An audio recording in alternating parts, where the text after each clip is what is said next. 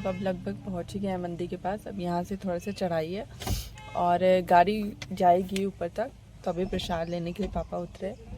माता दी, जय माता दी, जय माता दी, जय माता दी, जय माता दी। जय माता दी।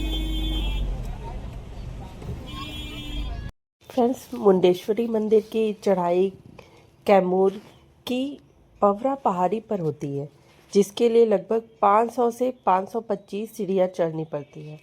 और या तो हम लोग सड़क मार्ग से भी अपने वाहन से ऊपर जा सकते हैं, और जैसे कि हम लोग भी जा रहे हैं ऊपर की तरफ।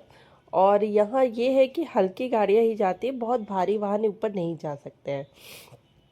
और यहाँ से मतलब मुख्य दर्शन के लिए सीढ़ियाँ भी हैं, और कुछ लोग पैदल भी जाते हैं और कुछ लोग अपने वाहन से भी जाते हैं।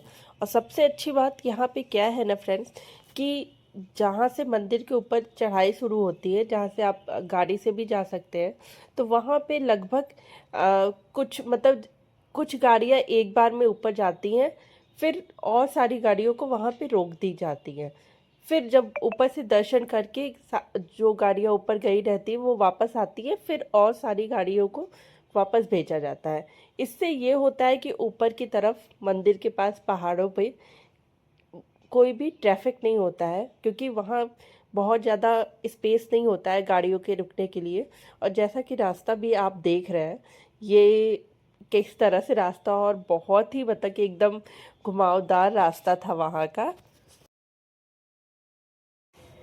यहाँ पे तो रास्ते में चलते हुए बहुत से लोग भी दिख रहे थे जो कि पैदल ही चढ़ाई भी कर रहे थे, क्योंकि ऐसे भी सही रहता है। वैसे अगर सीढ़ियों से जाना ज़्यादा कठिन हो जाता तो लोग रोड से ही जाते हैं। फ्रेंड्स, इस मंदिर की जो ऊंचाई है, मतलब जितनी ऊंचाई पे ये स्थित है, वो लगभग 600 फीट है। फ्रेंड्स, ये जो मुंडेश्वरी देवी मंदिर है, ये बहुत ही प्राचीन मंदिरों में से एक है। और इसकी मेन विशेषता ये है कि यह अपने अष्टकोणीय संरचना, रंग बदलने वाले शिवलिंग और बिना खून बहाए होने वाली निरक्त बलि की अनोखी प्रथा के लिए प्रसिद्ध है। और जहाँ पे चंड और मुंड राक्षसों का व्रत करने के कारण देवी को मुंडेश्वरी देवी कहा जाता है। फ्रेंड्स, यहाँ का जो मंदिर की संरचना है, वो अष्टकोणी यानी कि 8 कोणी वास्तुकला के लिए जाना जाता है, जो कि कहीं भी नहीं देखने को मिलेगा आपको, और जो उत्तर गुप्त काल की है और बेहद दुर्लभ है। इसलिए ये जल्दी कहीं भी आपको नहीं मिलेगा। और जैसा कि यही कहा कि चंडमुंड नामक असुरों का वध करने के कारण यहाँ पे देवी को मुंडेश्वरी देवी इनका नाम पड़ा। अब जितने भी वाहन थे, जितने भी सबकी कार थी, वो सब यहीं तक जा रहे थे। कार, बाइक, स्कूटर से जो भी जा रहे थे ऊपर तक, वो यहीं पे आके रुक जा रहे थे। और फिर यहाँ से भी सीढ़ियाँ थी, तो यहाँ पे कार को पार्किंग में लगा के, वहाँ पे स्पेस साइड में देखा सबने पार्किंग लगाया। एक तरफ पहाड़ था और एक तरफ खाई थी गहरी। तो यहाँ से हम लोग पहले कार से उतर के फिर मंदिर के सीढ़ियों के तरफ जा रहे थे।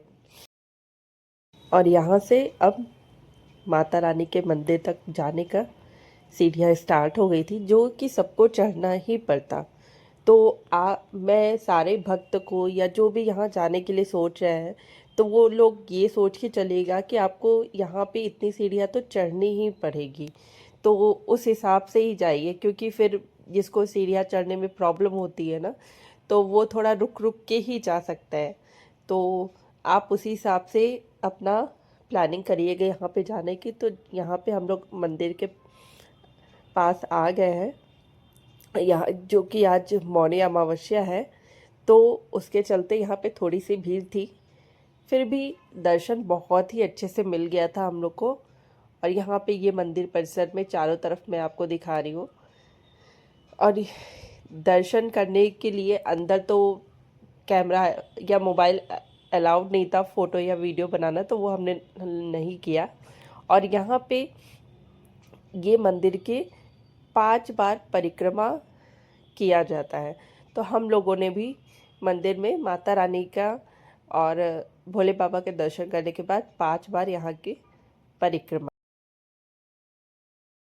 और फ्रेंड्स, मंदिर के पूर्वी भाग में देवी की भव्य और प्राचीन पत्थर की मूर्ति है और मंदिर के बीच में एक पंचमुखी शिवलिंग है जिसका रंग सूर्य की स्थिति के अनुसार बदलते रहता है।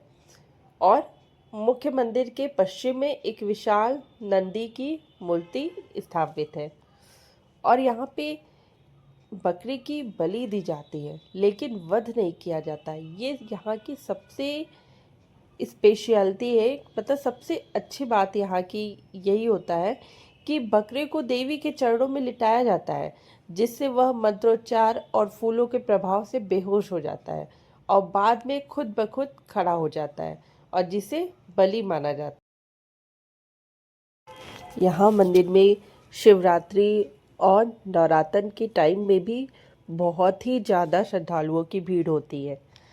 तो उस समय अगर आप आने की सोचेंगे भी तो बहुत ही सोच के आइएगा कि आपको बहुत ही ज़्यादा टाइम लगने वाला है यहाँ पे दर्शन करने के लिए। तो यहाँ अब हम लोग फाइनली अच्छे से दर्शन करके वापस लौट रहे हैं और जैसा कि आप देख रहे हैं कि सीढ़ियाँ यहाँ पे है, बहुत ज़्यादा पत्थर की सीढ़ियाँ थी सब। तो वो सब करके फिर हम लोग अब फाइनली अपने कार की तरफ आ रहे थे और सच में बहुत थक गए थे हम लोग, जैसा कि देख के भी आपको लग रहा होगा। बच्चों को तो अच्छा लग रहा था, बच्चे बोल रहे थे मम्मा यहाँ पे इस तरह से रोड है पहाड़ों पे, हम लोग यहाँ पे ट्रैकिंग करेंगे। बट सच बताओ मैं तो बहुत ही ज़्यादा थक गई थी।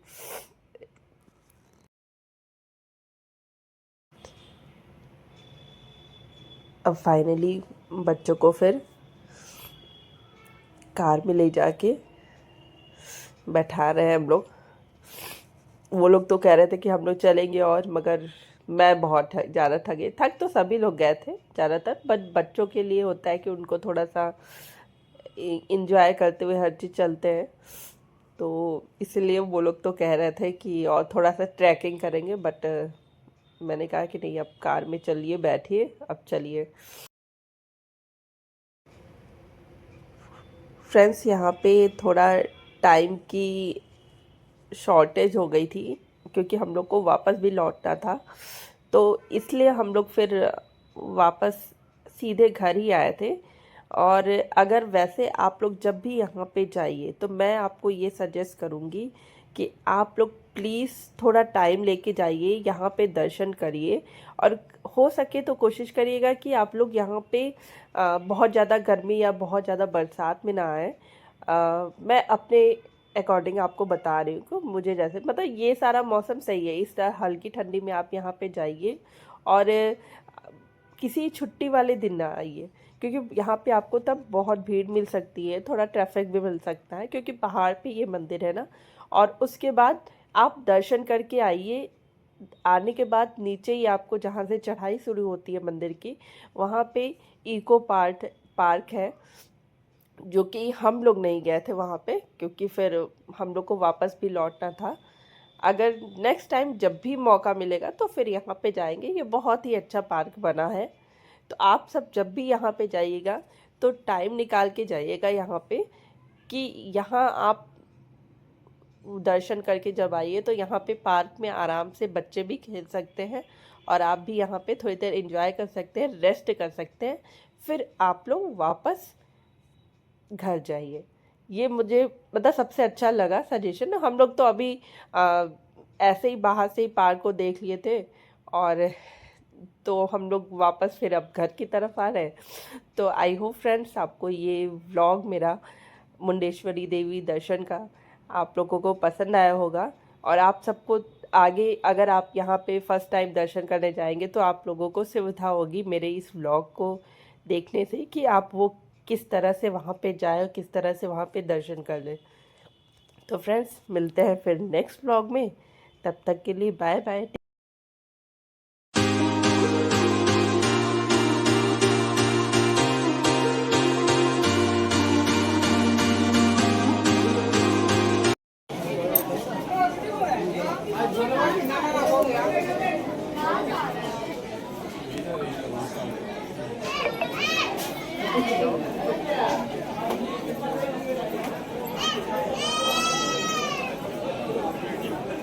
दीदी से लगा रहे हैं।